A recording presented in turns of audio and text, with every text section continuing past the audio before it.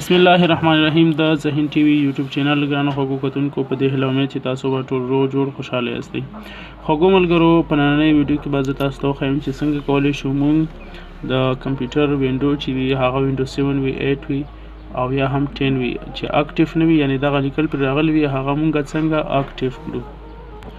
نو خوږو ملګرو د دې لپاره تاسو یو لیکنه ته ضرورت دی، هغه به زه تاسو ته ډسکرپشن کې لینک واچوم او د هغې ځای نه تاسو د وینډو 7 نه همداشان وینډوز 8 او 10 وینډو لپاره د اکټیو کولو لپاره کومه لیکنه وي کوم خط وي هغه به تاسو هغه د ډسکرپشن نه واخلئ.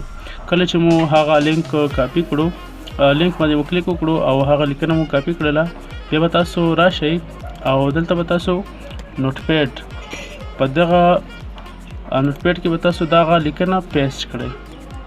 د کوم وینډو چې تاسو غواړئ اکټیو کړئ نو هماغه لیکنه به تاسو پیسټ کړئ. کله چې تاسو لیکنه پیسټ کړله دلته به تاسو راشئ دا به بیا سیف کړئ فایل نه او بیا به تاسو سیف کړئ په ډیسکټاپ باندې او دلته به تاسو یو نوم ورکړئ خو ایکسټنشن به تاسو CMD ورکړئ .cmd اخر کې باید تاسو حتما دا ورکړئ. کله چې تاسو دا ورکړو دا به تاسو بیا سیف کړئ. کله چې مو سیف کړو دا به مینیمایز کړئ او کمپیوټر به یو ځل ریفریش کړئ نو هغه فایل دلته موږ سره راغی.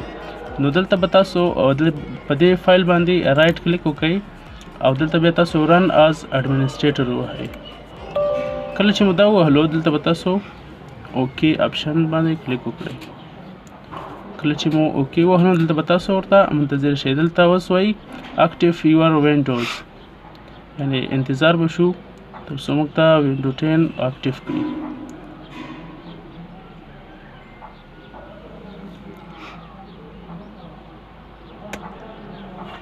خوږو ملګرو دغه چې دی موږ ته یو قسم ناٹ سپورټډ ولیکلو هغه په دې خاطر چې موږ کمپیوټر سره انټرنیټ نه کنیکټ باید زموږ له کمپیوټر سره انټرنیټ کنیکټ وي. نو موږ بیا هماغسې کلیک کوو رن از اډمنسټریټر باندې بیا هم اوکې وهو او دې ته انتظار کوو موږ انټرنیټ واصل کړو اوس ګورو موږ ته به وینډو اکټیو شي.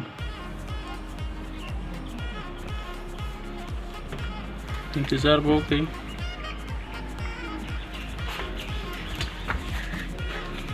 نو خوږو ملګرو موږ ته چې دی وینډوز اکټیو شوله ګورئ تاسو دلته به تاسو راشئ ګوره خطونه ورک شو او دا به تاسو ته زه په دغه کې هم وښیم دلته د کمپیوټر پراپرټیز د لارې چې وینډوز اکټیو شوله دا ګورئ تاسو لیدلی شئ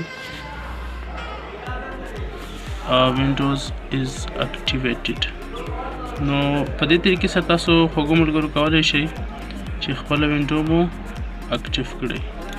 مننه په دې هیله چې ویډیو مو خوښه شوې وي. تر بلې ویډیو مو په خدای سپارم. خوشحاله سوکاله کامیاب اوسئ. مننه.